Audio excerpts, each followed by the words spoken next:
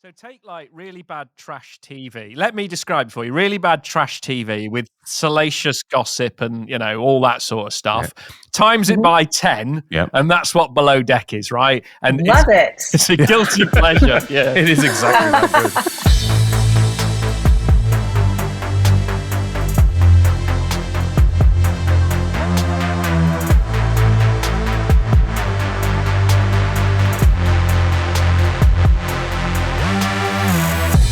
Welcome to Cloud Realities, a conversation show exploring the practical and exciting alternate realities that can be unleashed through cloud-driven transformation. I'm Dave Chapman. I'm Sjoukje Rob. And I'm Rob Kernahan. And in today's show, we are going to talk to ServiceNow, a company that's putting AI to work for people. And we're going to talk in some detail about how automation and AI impacts both employee experience and the overall organizational shape that we're used to with organizations today. But before we get to that, I was looking for Rob in the office the other day, and I was asking around, and they're like, I haven't seen him for a little while. And I went down to the 4th floor, no sign of him, haven't seen him. And then I walked down to reception, and they said, well, I think he just walked out into the local park.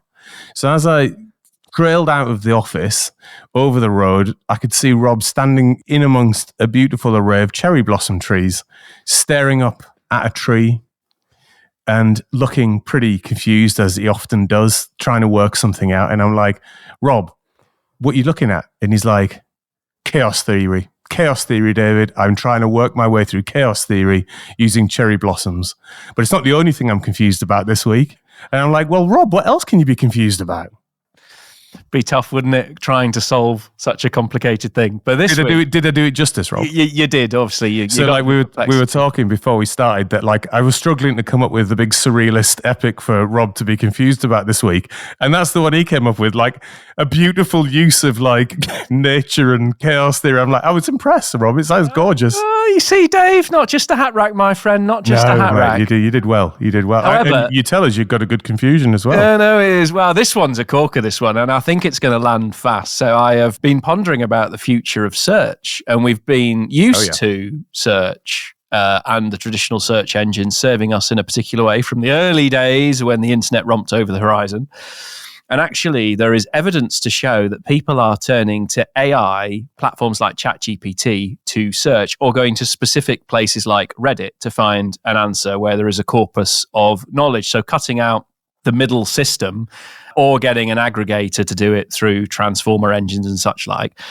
And the change has started. It's moving quite quickly as people are understanding that they can get a better response much faster from these new systems. So I am wondering about what happens to the old search engine, because obviously a lot of organizations' revenues are built off the back of what search is and powered by that, and etc. And we're already seeing behavior changes. Something that's been very flat is starting to dip. There's some conversations going on the internet, and it suddenly made me think about, actually, are we going to see a dramatic turn in the way people hunt for information off the back of this revolution that has occurred? And quite frankly, I'm very confused about if they'll dip and come back, or actually we will change the way we find information. I think it's inevitable almost, isn't it? Because I think the implementation of generative AI into tooling, whether that tooling is large-scale automation platforms or whether that tooling is productivity tools, when you're in the middle of a tool nowadays, you don't necessarily need to drop out and go to a search engine and search for something separately and then bring that together. You can use the tool itself to just aggregate information for you. So I think the shift is almost inevitable. The other thing that occurs to me as you talk about it is the new style of device. So the voice operated device, which is rumored to overtake traditional phone type device, or the touch screen device that we've been used to for the last 10 years or so. My sense of it, though, is it probably ain't going to happen overnight. So, if you see the new device, the one that sits on your chest, and camera, you tap it, it's the Star Trek communicator, basically. Let's just say its results were deeply mixed.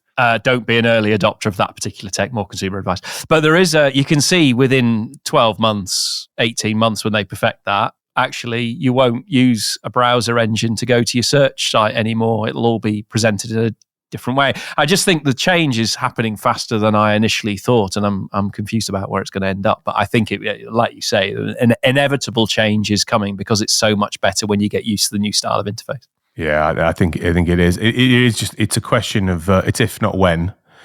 I would probably say that even though we have a vast rate of change going on at the moment, it probably isn't going to be overnight. There's a lot of embedded behaviors in different demographics of society using the internet-based tools in certain ways that are going to struggle to make the shift quickly. There's still that confusion, and Google actually changed their interface. So if you typed a URL into the search bar by accident, went, I think you actually wanted to put that in that bar and such like. So if you're still a person who struggles with which box to stick the data in, then maybe you might be a slower adopter, but you can't really do much about that. Yeah. Cool. Well, that was a good one. And I loved the cherry blossoms, Rob. It's a very beautiful way to start. Have a help, Dave. Have a automated a bit of your day. Good day at work, Rob. Good day at work. Solid. Well, look, let's get on to the main subject of today's show, where we're going to dig into ServiceNow and the future of AI and automation platforms. And I am delighted to say that Gretchen Alarcon, the SVP and GM of Employee Workflows Products at ServiceNow, is joining us. Gretchen, great to see you. Thanks for taking some time out to spend some time chatting with us today. How are you? Doing great. It's so great to talk with you all. You just want to say hello and introduce yourself a little bit. Sure. I'm Gretchen Alarcon. As you mentioned, I lead employee workflows for ServiceNow. My background is in HR technology, but I've been at ServiceNow for 4 years, focusing on the employee experience and how employees engage with all manner of technology in order to support their needs across the enterprise. So I think most people will know ServiceNow that are listening to this show. It's extremely well adopted across the industry and has been for, probably a decade or so now. But let's just take a little bit of a step back, because I think a lot of people leap to the conclusion sometimes that ServiceNow is really in the IT space and in the IT service management space. But I know over a number of years, it's significantly broadened its impact across organizations and enterprises. So Gretchen, maybe start out with just some basics. Functionally, what's the footprint of ServiceNow today? Sure. If you think about ServiceNow, we're a platform company, and everything comes back to the core platform, which serves all of our business units. As you mentioned, we started in IT with our IT service management. Today, we have broadened that. We actually call that business unit technology workflows now. So it encompasses ITSM, but it also has other IT capabilities to support people who are in the IT function. We also have a customer workflows business unit, which is focused on all things related to customer support. So if you think about, when you reach out because you can't remember your password to whatever your current television program is. Rob never has that problem, Gretchen. Right? He's a big fan of the password manager. Oh, yeah. It's just good advice, Dave. I'm sorry you've got weak password control. Don't say that on air, Rob. Don't say that on air. Fair enough. Okay. So let's say you know your password, but what if you want to change your subscription, right? That's the thing. You need a new subscription. Yeah. So, customer workflows does that. Then we have employee workflows, which is the group that I'm responsible for, which is all about employees inside a company looking for help. How do I figure out what I can do in terms of time off, or I'm looking for a promotion? What would I need to do that? So anything that an employee might ask across the enterprise. And then our last group is the creator workflows, which is really more focused on things tied to if you want to build your own capabilities. So we have delivered functions and capabilities that we do, but we want to empower people to build what they want on the ServiceNow platform. And so the creator workflows is that last pillar. Tremendous. And it is the subject of the day. And, we cover it quite a lot on here. It's sometimes when we intend to and sometimes when we don't. But of course, AI is prominent in pretty much every conversation at the moment. I know you guys are leaning into that. So why don't you give us a state of how you guys are thinking of integrating that and where you're up to with that process? Absolutely. I agree with you. AI is everywhere. I think it's worth noting, AI has been around for a while. This is not a new concept. It's really generative AI that jumped in kind of a year ago, actually, was the first time we were demoing at Knowledge 23, our user conference, was the first time we demoed on stage what we thought we could bring to customers with generative AI. I think the thing that really has shifted here is, if you think about whether you're talking about ChatGPT or you're talking about whatever other technology people have thought of for generative AI, it started in the consumer space first, or that's where people picked it up, and then started thinking about how it applies to business. And when it happens that way, we actually see much faster adoption in our customer base because people understand it at a personal level, and then they're applying it to business. So this is a giant shift. I think it's going to have ramifications across organizations and across technology. So it's a big one, and I'm super excited to be in the middle of it right now. It's a lot of fun. And that's a thing that changed a lot in like 2007. The enterprise used to drive this type of technology, and corporates used it. And then Steve Jobs stood on stage and said, "Oh, look at iPhone; it can be different." And then everybody went, "My consumer life's like this. I now want my enterprise life to be the same." And then loads of corporates have spent ages trying to catch up. And just as they're arriving at probably parity, then suddenly something like generative AI romps over the horizon, and the whole expectation lifts again. So, I think it's been a constant headache ever since the iPhone popped up on the horizon. When you take that framing of the sort of consumer experience and expectation, and that pushing into the world of the enterprise, and the reversal of, it used to be enterprise IT and your sort of work laptop being your good laptop. And whatever Nokia phone you got at the time as being like a cool phone, and then that flipped. You're right. The access point was probably somewhere around the iPhone, and then certainly doubled down on by things like the iPad. What's your read on where enterprises have got to, Gretchen? Do you think? Yeah. With the experiences that they're providing to their employees today. Yeah, I think that where a lot of them have done great work is they've thought about lots of different ways that they can serve their employees. The challenge, I think, is that it's become lots of different technologies. So if you think about a typical employee trying to just go through their day at work, they're probably in and out of multiple different systems, and they all look and behave slightly differently, right? So where we see a huge opportunity is to kind of come back in and say, how can we make this so it's streamlined for your employee base so they can start in one place, and ideally, can they have an interaction with a bot where generative AI is actually helping guide them and either handling the transaction for them or summarizing and getting them to where they need to go to do the transaction? So very different than here's a bunch of places to go. Good luck figuring it out. And returning to AI and the building of AI into the ServiceNow product set, if I come at that from the point of view of the employee experience, how would that show up to me? Sure.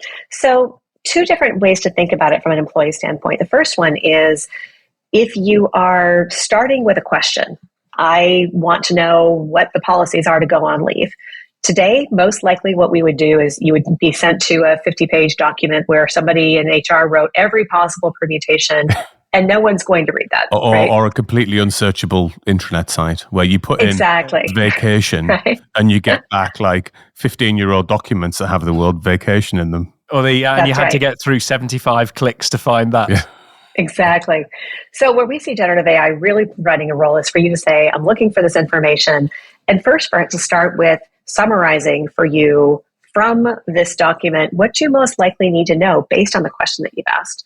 And then the ability for you to actually refine that. So maybe I'm looking for an internal transfer, for example, and I might ask, what is the internal transfer process? I only need a couple bullet points. I don't need 7 pages. Right. But then I might say, when in this process do I have to notify my manager? And generative AI can actually say, once you've applied and been selected for interview, now you apply. So again, you don't have to read that entire document. So just summarizing and guiding you to the right information is a fantastic first step. The next step is if it's something that is actionable, generative AI can actually help you with that action right through that same interface. Right. So, maybe again, applying online isn't the best example, but maybe I'm thinking that I am going to go on leave. I need to go out earlier than I thought. Generative AI could say, you're currently scheduled to go on leave on June 1st. Based on what you just said, it looks like you need to go out May 30th. Do you want me to adjust that date? And can actually take you to the transaction to make that change. So again, you as the employee aren't having to go through all the systems, call HR, figure out how to make these changes happen. And there's a thing in this about we've worked in such a way for so long. Suddenly there's this new interface which gives us better accessibility and much easier. But there's this skill in being able to ask the right question the right way, or even remembering that you can go in and ask the question. How are you finding when you present these new types of interfaces to the users? Is it taking them a long time to get used to it? Is it relatively quick? Are you having to provide examples? It's this world is, look, you can work differently, but we need to build an internal muscle memory to say, oh yeah, I can do it this way and not have to go and into that horrible 20-year-old corporate system that I hate. I usually use a bit of prompt engineering, Rob. That's exactly what I was going to say. Actually, Rob, do you know where the holiday rules are? I'm basically like a human search engine for Dave corporately. He can't do something, so he asks me to tell him how to do it. Then I spend ages writing the prompt response. I'm just like a really cheap AI implementation. I mean, that's not a bad approach. Personal agent, Rob. It's where AI is trying to get to, isn't it? Yeah, Gretchen? yeah. Does he also fill in your hours, Dave? He would ask me to if he thought he could get away with it, if I'm brutally honest. Sorry, anyway. As an aside. No, it's all good. I think this is exactly the problem though, right? So today, in a lot of organizations, you do rely on your friend, right? Because it's easier than going through all this data and trying to find things out. And when you think about how the first generation of bots worked, for a lot of organizations, what they did was they tied it to one specific system, right? So I have a bot for IT or I have a bot for HR. So they're not across the enterprise. And then someone had to go in and train it and say, when someone asks for pay or paycheck or pay slip or check or remuneration, that's all about compensation. Take them to the payroll system, right? So there's a lot of work to do to make this content, successful. And where generative AI really is going to help us is that the large language model behind it means that it can actually take all those synonyms and all those extra words and say, this is the most likely thing you're looking for. So rather than having to know the words to actually get the AI to respond, that natural language is a super important thing when you think about something that's employee facing. Right. Let's focus on the IT department, but it could equally be HR, it could be finance. Almost doesn't matter. But let's say it's, for the sake of the conversation, say the CIO that's accountable for establishing the ServiceNow platform across the organization. What AI tooling is going to be in place that sort of helps them, create the implementation, create and manage the platform, all of those sorts of things? Yeah.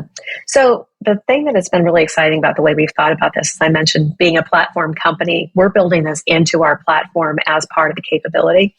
And our starting point really is, how can we make this so that your search or other content is accessible? You don't have to learn a new way of working. You don't have to go to a new screen.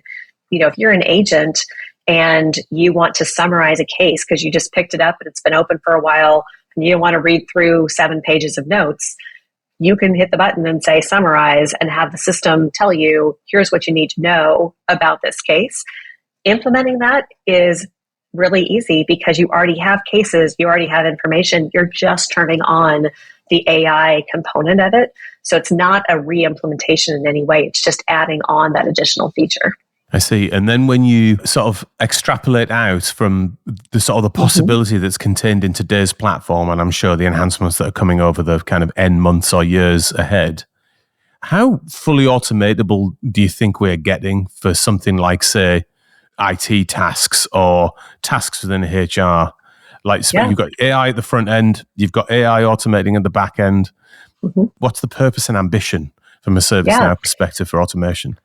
So a lot of what we look at when we think about this is, can we deflect cases so we can see, what really is the burden coming into agents? And then can we shorten the time to respond for an agent, right? Those are the first 2 value props we typically look at. So if an employee can get an answer and doesn't have to open a case, that is a huge value. And if I can reduce that by 10 to 15% even, that's a load not coming into the service desk that the service desk doesn't have to answer. The other side of it is, if the service providers or the agents are faster in their responses, or we can save them X number of minutes a day, how do we either reallocate time? Do we spend more time on higher value work? So we're measuring both of those to make sure we're understanding what that impact is. And honestly, what we're seeing so far is that on its own adds significant value. I don't think we're ever going to get to 100% automation because there are always going to be cases where we need creativity, where we need judgment, where someone needs to get in and actually understand that this is a sensitive case and needs some human empathy. So I don't think we're ever going to get to 100%. But if I could take, 20, 30% of a person's time and say, we're removing that repetitive work that you don't find valuable, and you can redirect that time to something that is of more value, it's a win for the company and it's a win for the individual. One of the most powerful things that I think people appreciate is when the system can predict an event that's likely to occur and prompt you and say, hey, you normally do this about this time. I've prepared this for you, blah, blah, blah, blah. And I think that is when we get to that stage where the system is preempting and that preemption is good. Because you see some systems that preempt and go, it started in retail where they said, you bought one of these, so you probably want one of these. And you go, no. How did you ever make that? Here's 6 other bags. Would you like to buy more bags? Bought a bag. No, I just bought a bag. Why would I buy another? But it's that thing about in the corporate world, particularly, where if you can get the repetitive tasks preempted, and then the system can say, you normally do this at this time. You normally email so and so. I've started the email for you, and that sort of stuff. That's getting into a place where it's very useful, isn't it? Yeah, and I think that's where actually there's a really interesting opportunity to tie this into, again, what makes an employee or a manager more successful in their role. And a lot of this is when that assistant actually works as an assistant, right? So it kind of prompts you and says, hey, it's time for your quarterly growth conversation. Here's what you talked about last time. Here's what you might want to add based on what we're seeing. And by the way, here's a window on your calendar where we can schedule it if that makes sense for you, right? Like those sorts of things become value added to me as an individual. The last thing I want is all sorts of people, nagging and saying, did you fill out this form? Did you fill out this form? But if all of that comes together as a complete package, I'll absolutely do it. So if we then zoom out a little bit from the ServiceNow platform and within that and other implementations of AI across businesses, there's a large automation platform now sitting in the middle that's, kind of automating workflow, taking tasks away, dealing with that across multiple functions across a business. What are you guys thinking about in terms of the impact that this then has on enterprise shapes? So like organizational shapes, organizational operating models.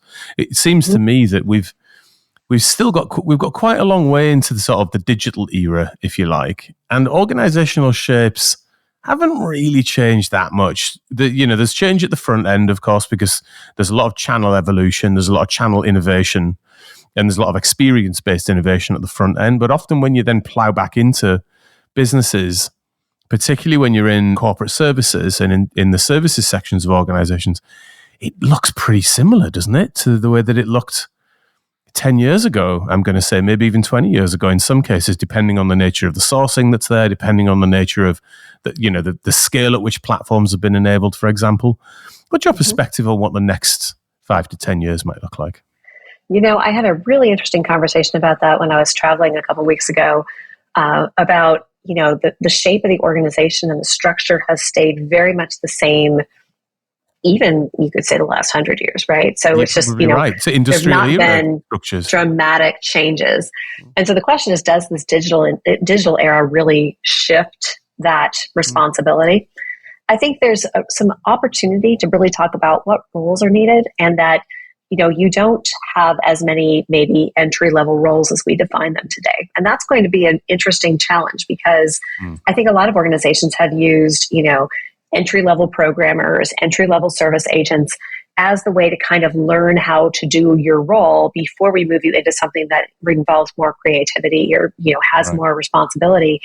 If AI takes those capabilities and says you don't need that, well, then what happens to that entry level, what is the pipeline into a role? So, we're going to see a lot more need for things like project managers or architects, because to make all these things work together, you're going to need people who understand how to put them together. But understanding what that, entry into business looks like, I think is going to be a really interesting shift. I also think you're going to see organizations do some things around, hey, if you can do things like text to code, for example, and AI can write the code for you, that makes everybody a developer. It makes everybody a creator. And so then how do you define the boundaries of what that role looks like? It's going to affect early career paths massively and Very accessibility much. to early careers. So to your earlier comment, I'm all in favor for more architects, but more project managers. I'm sorry, I can't subscribe. I can't subscribe to that concept. No. Just more architects. But I mean, it's a very good point about AI taking away the junior positions because you can automate that in early life cycle. What does that mean? Because you still need the experts around to be able to validate that the technology is doing what it needs to do, albeit maybe fewer. That will dramatically change younger generation career paths. And how will they diversify that? There's always that quote that said there was 30 million farmers in the US at the end of the 50s, and now there's 3 million, but there aren't 90 million out of work farmers. Sorry, not 90 million, 27 million out of work farmers. Doing very well with it. Maths is going well today. It's late in the day. But the point is, the retraining happens naturally. It's just how fast the shift occurs, which will be interesting to see. Yeah, and I think devs is a good example, Gretchen, of that exact situation, which is, yes, there might not be, kind of entry-level jobs for devs coming up, but actually the whole role of dev is almost certainly going to change. It's hard to say at this point whether, you're still going to need your Python skills in 10 years' time, or whether we are at that point so natural language in what we're creating that, the much vaunted move towards prompt engineering and use of natural language is perhaps an emergent skill set. Mm-hmm.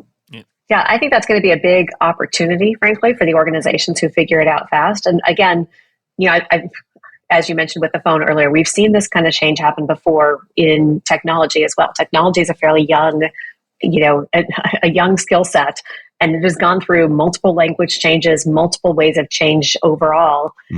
So yeah, this will be another one. And I think in some ways might be a really interesting way to think about how does this impact other organizations? Because I think what you're going to find as well is a lot of organizations who today would not consider themselves digital or digital first are going to actually have to shift and say, it's a major component of our work. And what do we do about that? So there may be a new change as well around, thinking about healthcare, right? Healthcare, when they introduced e-health records and things like that, there's a big revolt of, wait a minute, yes, we understand we're digitizing, but our job is serving the patient.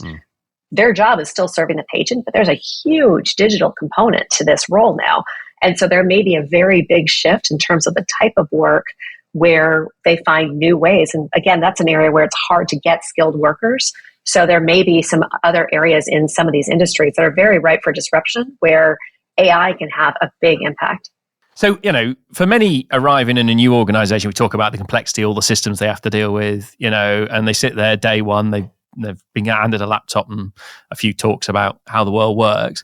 They can often just sit there and go, where do I start? And so that experience is quite important, isn't it? That early interaction with corporate IT and the corporate environment can set perception for a long time. So I was interested to see what your view was on how you can help that, day one experience really be exciting or compelling as opposed to the daunting nature it often presents. Yeah, there are a couple things that really fit in here well. We have the capability today, we call them journeys, but onboarding is one area where we can actually say, before you start, let's actually let you see all the things that you need to do to be prepared. We can give that to you on a website, we can give that to you on a mobile, so that you can actually do a lot of that onboarding prep work before day one. Yeah. So day one can be focused on learning the company, learning the organization, that sort of a thing. But then going further, if you think about when you have a request, I don't know about you, I default very much differently depending on what the type of request is. If it's a thing that I think has to do with a system, I'm much more likely to go to a portal. But if it has to do with IT, I often pick up my phone often it's because my laptop's not working. So understanding that employees are going to engage on whatever channel they want to use and whatever device they want to use, and they need one place to go. And that's where we think ServiceNow has a huge opportunity, is to say, start here, and then we can direct you either through AI or through other activities to the right place to get your question handled. not just IT, but employee questions, HR questions, facilities, all of that can be covered with ServiceNow as your starting point. And we've talked a number of times on the show about the fact that from a leadership perspective, leaders historically have, maybe been a leader in the area that they've particularly grown up through. And they've probably developed things like managerial skills and financial skills probably as part of their leadership and kind of leadership journey. And it seems to me that digital skills now should be something that's absolutely part and parcel of leadership going forward. I think absolutely. And I think the other thing we're going to see is a very strong focus on what are the skills that, we don't feel can be managed by an AI up front, right? So things like, communication skills or, facilitation or team leadership. Those are the sorts of things that we're going to see more growth of because it's not something that we expect AI to be able to take on. And it's going to require more of those human skills, those soft skills. Yeah, we've talked about it on a previous episode, but there's a famous video where in China, they're automating a lot of their front door of their healthcare system. And there's a woman beating a robot to a pulp in the middle of this hospital because it has not given the response that was needed. And that emotional connection, knowing when to change tact, I think is quite key. The very cold and calculated AI response may not be what we want. Absolutely. It's one of the areas I'm actually really excited around. An area that we're investing in right now is the whole idea of how do you recognize sensitivity? So again, thinking about the employee workflows, if an employee starts a question with AI and then starts to get into, healthcare information or, I've got a major problem with my manager, that's not something AI should be trying to resolve. That's something that should be promoted to a live person to talk through. So I see that as a big opportunity for us to kind of say, yes, AI can handle a lot, but let's be really clear on when it's better for a human to engage. And let's make sure that we're not forcing people to go through a pathway that just really isn't going to be productive on either side. You can imagine somebody attacking their PC after a conversation that just isn't responding in the way they want. Probably wouldn't be the first time, would it? I wonder maybe just to bring us to a bit of a close today, we can return to the platform and talk about what good practice transformation actually looks like of an organization when implementing the ServiceNow platform, because, it gets implemented in multiple different ways. It's highly dimensional in how it can be used. But actually, when you think about what great looks like, just take us through maybe, I don't know, the 2 or 3 major steps that you would advise organizations to think through as they're putting the platform in, rather than just leaping on digitizing what they already do. Yeah. I think there are 2 things that I tend to focus on first. One is, which personas are you trying to serve? So is this about making agents productive? Is this about making employees more productive? What persona is really the persona that will drive the success? And then what outcomes are you trying to get to? Because I think what happens a lot when people think about, digitization, there's kind of we do this thing, let's just move it to a digitized world and it's going to be better. If you don't take the time to really think about it, you don't have to do it the same way you've done it. We need to focus on the outcome. And so understanding the outcome is successful onboarding or, fixing the IT issue in, 5 minutes or less, or, those sorts of measurements where we can say that's the outcome we're shooting for. Now, what's the process that best supports that? Then digitize that process. The other thing I'd say, and this is something we've definitely seen over time, not trying to solve all issues at once, like picking either rolling out pieces or picking a pilot population and getting the buy-in so that it doesn't need to be a multi-year big bang implementation. ServiceNow can be up and running in 4 months if you want to get something up and going and then learn over time, which I think drives a better overall experience and a better time to value as well.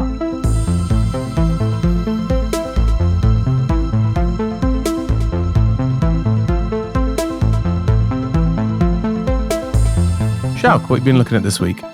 So each week I do some research on related ideas in transformation and tech. And this week I thought we should take a look at what the current automation trends are, but also what will be the next big thing in automation.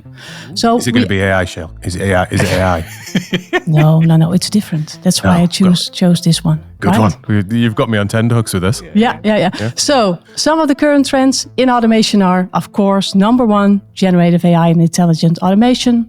We have digital worker first processes, strategic applications, governance and security. But what will be the next big thing? Of course, generative AI will be something that many organizations will look into in the upcoming years as well. But after AI, we will see a lot more ethical automation around evolving ESG regulations. So more organizations will need to consider what ESG reporting is required in their region and industry, and will look to automation to solve factors such as their carbon footprint, data security, and employee satisfaction. So the question is, do we agree with this statement where automation is heading in the upcoming years? Will sustainability goals be the next big thing in automation?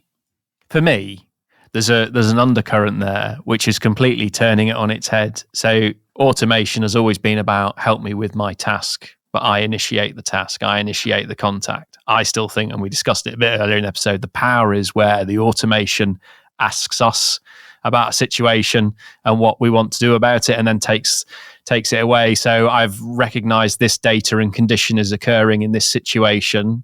We think there might be a problem. Would you like me to do A, B, C, or D? And then it goes away and does the onward prescriptive action. And I think when automation starts to create that, where the system's prompting you, asking you for a quick decision, and then goes and takes it away, that's going to be fabulous, isn't it? Where the voice assistant just pipes up and says, your manufacturing line's going off a bit, you're at 80% and you're dropping slowly. What do you like to do? It's that reverse prompting, I think, that will be a really powerful use case in the future of automation. And sustainability, it could, you ask it to solve it or report on it, or it tells you where it's varying. That's taking the labor out of having to initiate. I've not said that very eloquently. I'm perfectly aware. Apologies to the listeners, but hopefully my point was there. I don't know. I was tracking it till about halfway through there, Rob. just went wobbling off the course. I fell off the cliff and kept talking, isn't it? It's a classic. It was the connection to sustainability that threw you, I think, and I think that's okay, because I'm trying to make the connection too. So Sjoukje, the article, what was it specifically saying? That sustainability, the need to do it and the need to accelerate it is going to drive more automation, or what? What was it? What was the sort of what's underneath it? There was nothing underneath it, but I do think the ESG reporting thing is a mandatory thing, right?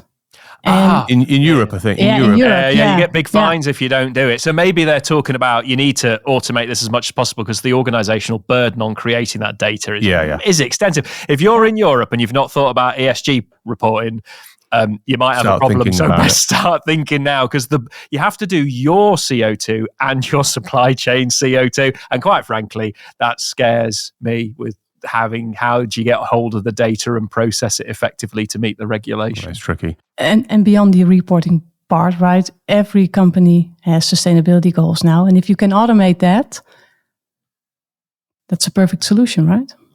Potentially. So Gretchen, when you think about drivers for automation and maybe sustainability and the wealth of data that's going to be required to try and track that situation, or it could be just something more mundane within a general enterprise. Do you feel that there's that relationship between the two things, which is like, oh my God, giant task, let's automate it? Or are we still in the world of, as we touched on in the main conversation, well, I understand this process 1, 2, 3, 4, 5, 6, 7, 8, 9, 10. Let me just implement that and repeat that ad infinitum, if you see what I mean. Yeah, I think that especially as it relates to big projects, there's a tendency to kind of figure out which pieces could be automated rather than looking at the overall. But to the example you gave earlier, there's absolutely interest right now from a lot of our customers to say, how can AI help me with, production down, or, machinery reaching a deadline for recertification or anything like that, where we could actually have AI be the early warning indicator, and ideally the thing that kicks off all the other processes that are needed to keep the business running. So I think there's an interesting opportunity there to kind of see, again, I'm putting AI a bit more in the assisting the human in their job approach. But part of that assist is to say, this machine is due for maintenance and the following dates are available. Let's go ahead and get this scheduled so you don't run up into a problem later on. So I think there's some opportunities there. Well, look, let's bring us to a bit of a close today. That is a very thought-provoking conversation. I think we're really just on the cusp, as we discussed, of the levels of organizational change and automation that's about to happen in large-scale organizations over the course of the next 5 years or so. So, a fascinating period ahead of us. Gretchen, thanks so much for taking the time to talk to us today. Thank you for having me. It was a real pleasure. And now we end every episode of this podcast by asking our guest what they're excited about doing next. And that could be something interesting in your personal life. You might have a great restaurant booked at the weekend, or it could be something in your professional life. So, Gretchen, what are you excited about doing next? I've got two things going on. Our biggest conference of the year is next week. We're recording this a little ahead, but exciting stuff. So by the time this airs, I will have spent 3 days with all of our customers talking about what they're doing with their technology, which for me is the most exciting part of my work. I love talking to customers about how they're using technology and where it's going to go. So I'll have some interesting things to share. It's the bit that I love too. It's the application of it is where it comes alive for me. Smaller. Without that, it's just tool set. But when you apply it to real world problems, I love that conversation too. Now, I understand you also will be in Vegas for that conference. Is that right? Absolutely. Yep. With thousands of my best friends, we're running a separate, we've got the main show floor, as well as a lot of opportunities for people to focus on specific use cases. So I'm going to be facilitating, for example, an HR leadership track, specifically focused with HR people who are looking into how can they do more with AI and with ServiceNow overall. We'll have a special area for customer service, a special area for creator, again, hitting all those different areas that ServiceNow supports. Which conference venue is it at Vegas? An important choice. We're at the conference center that's tied to the Wynn and the Venetian. So the big one. Know it well. The big one. Yeah. Where you can get lost in the shopping district in the middle and never see daylight again. That I've been in there multiple times, and I just go, I'm lost. Sorry, I need one of those. What's it? The little trail or the string dragging behind me, so I can find my way back to Sorry, it's just. And do you think you're going to get out of the Venetian at any time during that 3-day period? I will be very surprised if they let me up for air. They've got me pretty closely booked. But honestly, again, I'd rather be in go mode when I can be around this many people, and then I'll come home and collapse on Friday. Yeah. That is the feeling when you get back, isn't it? You need a holiday. Basically. When we got back from Google Next, Rob and I both needed... What? I forgot the name of the pills we were on. Antibiotics. Yeah. Both needed antibiotics. No, Dave, you can't say that because that's going to start a bad rumor. I don't think that's it. Maybe you should avoid talking about that. It maybe come out a bit wrong. Chest infections, just for the record. It was rough too, man. So yes, good luck with that. Thank you. So the other thing that I am excited about, and I'm looking for feedback, my son is graduating from his graduate program here in another couple months, and he and his girlfriend are moving to Ohio, which is where she's going to start her residency. So I've not spent any time in Ohio. I'm a Michigan grad. So this is going to be a very big learning opportunity for me as we figure out what is Columbus all about. There you go. Is there a bit of I don't know. I know there's some rivalry in the university system. Is that a rival university? There is a big rivalry between the University of Michigan and Ohio State. So I've already asked questions about, am I allowed to wear a big yellow M on my shirt? And I've been told that's a very bad idea. Just be highly provocative. That's right. Well, we wish you a lot of fun with that and a huge amount of luck in Vegas next week. Thank you very much. So a huge thanks to our guest this week, Gretchen. Thank you so much for being on the show. Thanks also to our sound and editing wizards, Ben and Louis, our extremely loud producer, Marcel, and of course to all of our listeners. We're on LinkedIn and X, Dave Chapman, Rob Kernahan, and Sjoukje Zaal. Feel free to follow or connect with us, and please get in touch if you have any comments or ideas for the show. And of course, if you haven't already done that, rate and subscribe to our podcast. See you in another reality next week.